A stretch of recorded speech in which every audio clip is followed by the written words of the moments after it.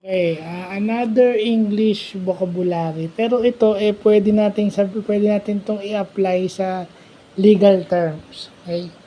Legal terms. So itatag ko rin dito yung mga bagay, yung mga law student naman magagaling sa English.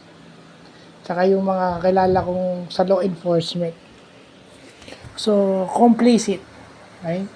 Yung complicit daw is parang involved with others. Ibig sabihin, yung culprit, yun yung pasimuno. Pag meron siyang kasama, complicit. Ibig sabihin, yung kasama mo, kung culprit ka, yung kasama mo, complicit.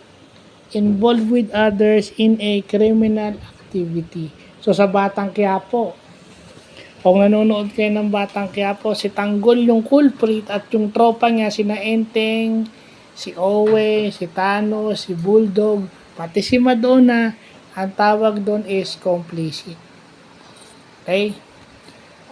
Meron pang isang word, dividends. Ito narinig ko lang to kay Richard Haydarian, na parang ang tingin nila kay President BBM, kay President Bongbong, is dividends. Kumbaga, anong meaning ng dividends daw? Modesty or shyness due to lack of confidence. Parang walang kakumpiyansa kasi parang sa tingin nila malamya itong si si BBM, pero maraming nagkakamali sa ganun. Marami, yan yung example ng maling akala. Kasi baka nag-iisip lang yung tao, which is nakikita ko naman sa kanya na lahat ng galaw niya pinag-iisipan niya talaga. So yun, no modesty or shyness due to lack of confidence. Sa mga PWD, ano rin yan, pasok din yan. We are all having dividends dahil sa ating disability na tinataglay, whether since birth or acquired.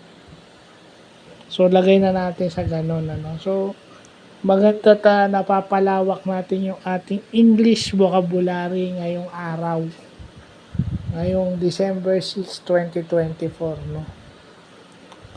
At least lumalawak yung ating English vocabulary. So, yun lang po.